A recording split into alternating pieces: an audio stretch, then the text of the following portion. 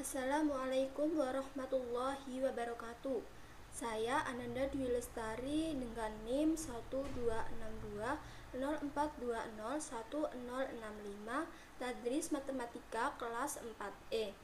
Pada pertemuan kali ini saya akan membahas atau mempresentasikan mengenai fungsi implisit.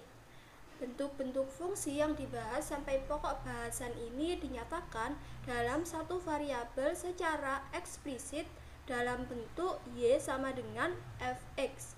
Namun, beberapa fungsi dapat didefinisikan secara implisit oleh suatu kaitan antara x dan y.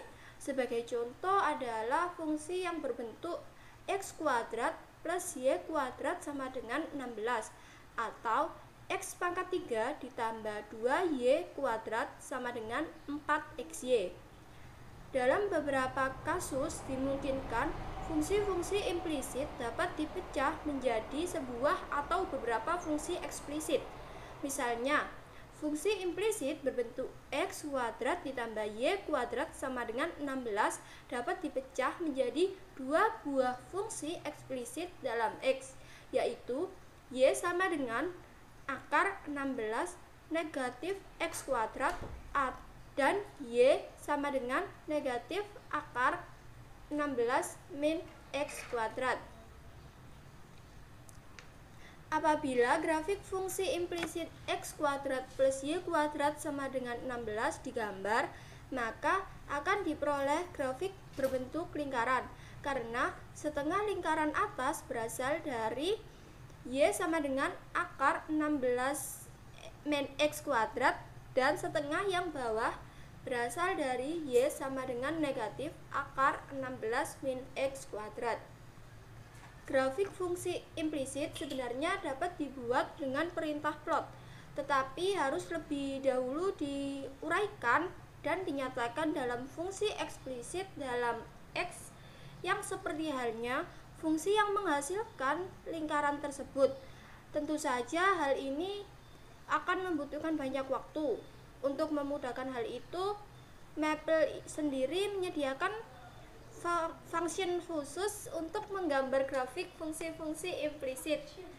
Sintaksnya yaitu with dalam kurung plots titik 2 implicit plot dalam kurung fungsi x sama dengan a titik titik b, y sama dengan m titik titik n.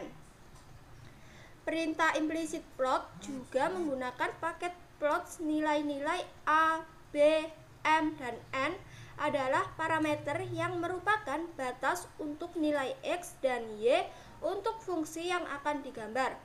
Langsung saja kita praktekkan, misalkan menggambar grafik fungsi x kuadrat plus y kuadrat sama dengan 16 pada x berada di negatif 10,10 dan y berada di negatif 10,10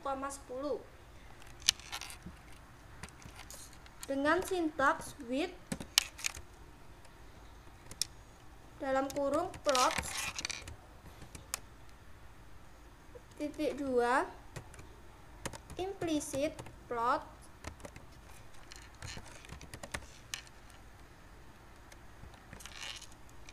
lalu kita masukkan fungsinya, yaitu x kuadrat plus y kuadrat sama dengan 16, x sama dengan negatif 10 titik titik 10, y sama dengan negatif 10 titik titik 10, dan akan menghasilkan grafik yang seperti ini. Nah, ini kita membentuk lingkaran. Jadi benar apa yang dikatakan tadi, setengah lingkaran atas berasal dari y sama dengan akar 16 min x kuadrat dan setengah lingkaran bawah berasal dari negatif akar 16 min x kuadrat. Pada gambar yang telah muncul tampak bahwa nilai X dan Y antara negatif 4,4. Padahal dalam perintah dituliskan negatif 10,10. Nah, hal tersebut menggambarkan bahwa fungsi hanya terdefinisi untuk nilai X dan Y pada interval negatif 4,4. Selanjutnya, kita praktekkan lagi untuk menggambar grafik fungsi 2 dikali X kuadrat plus Y kuadrat pangkat 2 sama dengan 25 dikali X kuadrat min Y kuadrat. Langsung saja kita tulis perintahnya di sini. With dalam kurung plot titik 2 implicit plot buka kurung 2 dikali X kuadrat ditambah dengan Y kuadrat pangkat 2 sama dengan 25 dikali X kuadrat plus min Y kuadrat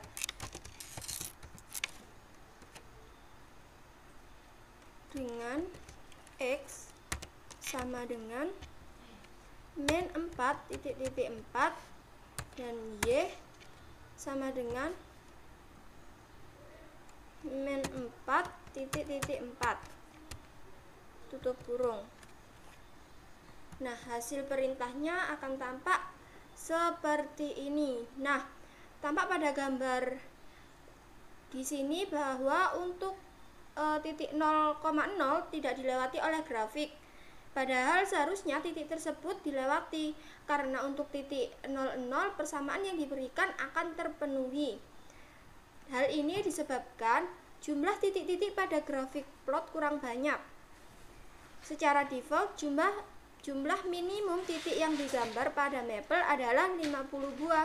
Sehingga untuk memperoleh hasil grafik yang lebih baik, jumlah titik harus ditambah. Untuk mengubah jumlah titik-titik plot digunakan option num points.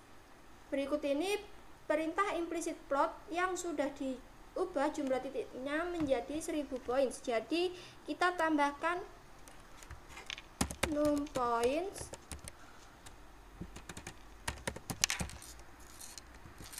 sama dengan 1000. Langsung saja kita enter. Nah, di sini terlihat bahwa melalui titik 0,0. Selanjutnya kita akan membahas fungsi genap dan fungsi ganjil.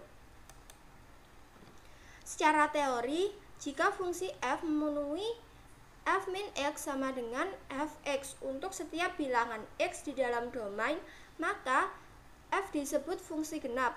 Selain itu, ditinjau dari sudut pandang geometri, suatu fungsi genap dapat dilihat dari grafik fungsinya, yaitu simetris terhadap sumbu y.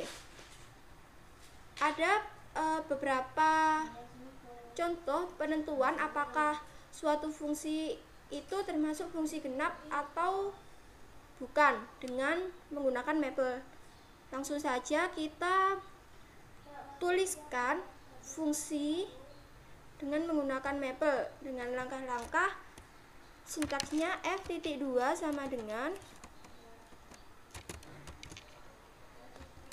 x tanda panah x pangkat 2. Lalu kita menggunakan f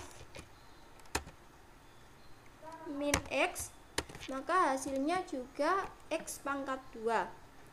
Lalu kita menggambar grafik fungsinya f x sama dengan x kuadrat. Coba langsung saja menggunakan plot X kuadrat. Maka akan tampak di grafik ini seperti ini. Nah, ini gambar yang betul untuk grafik fungsi genap. Selain fungsi genap, ada juga fungsi ganjil. Jika suatu fungsi f memenuhi f min x sama dengan min fx untuk semua x dalam domain, maka f disebut fungsi ganjil. Seperti halnya fungsi genap, karakteristik fungsi ganjil juga dapat dilihat dari grafik. Grafik fungsi ganjil simetris dengan titik asal 0,0. Jika telah dipunyai grafik f untuk x lebih besar sama dengan 0, maka grafik untuk x kurang dari 0 diperoleh dengan memutar 180 derajat terhadap titik 0,0. Langsung saja kita berikan contoh menggambar grafiknya. Diberikan fx sama dengan x pangkat 3. Kita tulis sintaks fungsinya, yaitu f.2 sama dengan x tanda panah x pangkat 3. Kita enter, lalu kita menggunakan min fx, hasilnya min x pangkat 3. Lalu fx sama dengan x pangkat 3. Nah, caranya bagaimana untuk menggambar grafiknya? Maka kita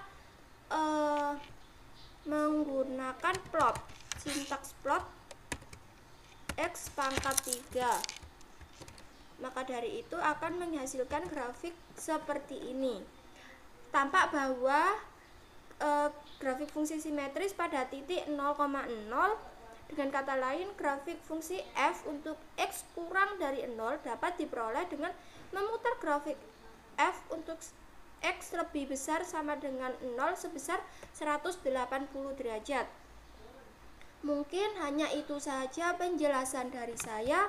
Apabila ada salah kata atau perbuatan, saya mohon maaf yang sebesar-besarnya.